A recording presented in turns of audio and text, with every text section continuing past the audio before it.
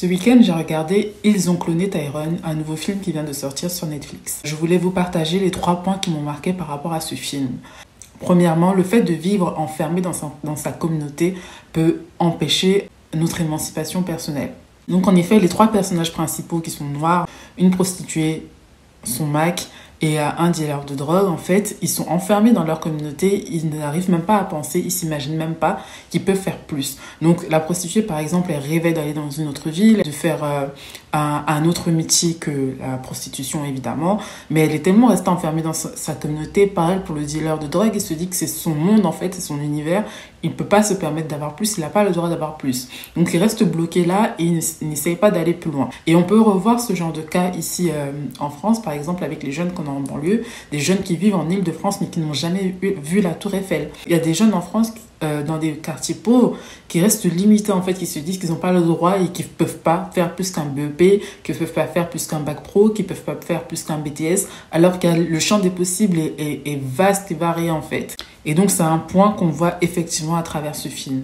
Le deuxième élément qui m'a marqué avec le film Ils ont cloné Tyrone, c'est que avec une communauté solide, une communauté soudée, on peut déplacer des montagnes. Et ça me fait vraiment plaisir de voir ce point-là mis en avant par rapport à la communauté noire. Parce que c'est vrai que récemment, en tout cas, j'ai vu plein de personnes se plaindre sur les réseaux sociaux où on peut le voir, les Noirs s'entretuent, les Noirs se font la guerre, les Noirs se mettent des bâtons dans les roues, ainsi de suite. Donc c'est important de voir en fait que c'est possible d'avoir une communauté, c'est possible d'avoir une communauté unie et soudée. Et pour que cela arrive, en fait, le film montre en effet que il ne suffit pas juste de vouloir être une communauté unie, mais il faut avoir un objectif commun, un objectif positif commun. Il faut être vraiment dans un système de coopération. C'est ce qu'un psychologue explique en termes de relations sociales, que la coopération permet d'assainir les relations et permet d'améliorer les relations entre les individus. Le fait de vouloir atteindre un objectif commun, chacun va retrouver sa place, chacun va se dire qu'il a besoin de contribuer, chacun va se dire qu'il est important, et en se disant qu'on a tous un objectif commun, on a tous un objectif qu'on veut atteindre, on sait tous qu'on veut arriver à un point tous ensemble. Donc la coopération du groupe va permettre que l'unité du groupe et la solidité du groupe soient effectivement possibles. Alors à toi qui es en train de regarder ma vidéo, que ce soit au sein de la communauté noire ou la communauté de quartier à laquelle tu appartiens, que ce soit même dans ta famille, que ce soit dans une communauté même religieuse, pose-toi la question de savoir qu'est-ce que ensemble vous pouvez accomplir sur le court ou le moyen terme. Et enfin, le 3e point, le dernier, celui qui m'a énormément marqué aussi, c'est le fait que nous soyons constamment manipulés dans cette société.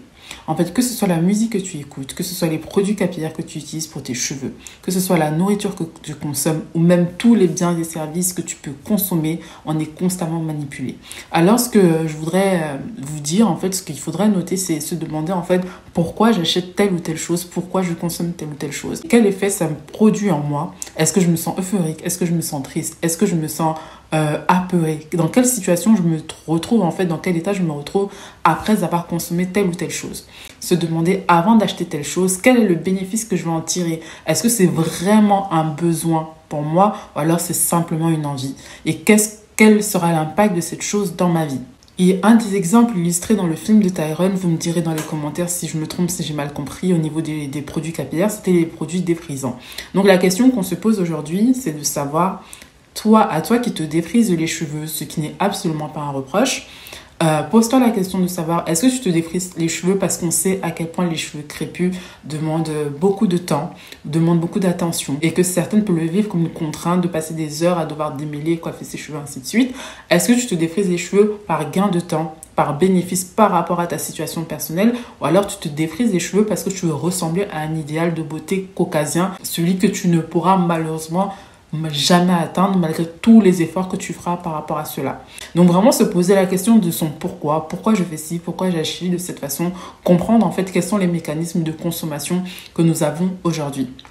Et voilà, j'ai vraiment apprécié le film.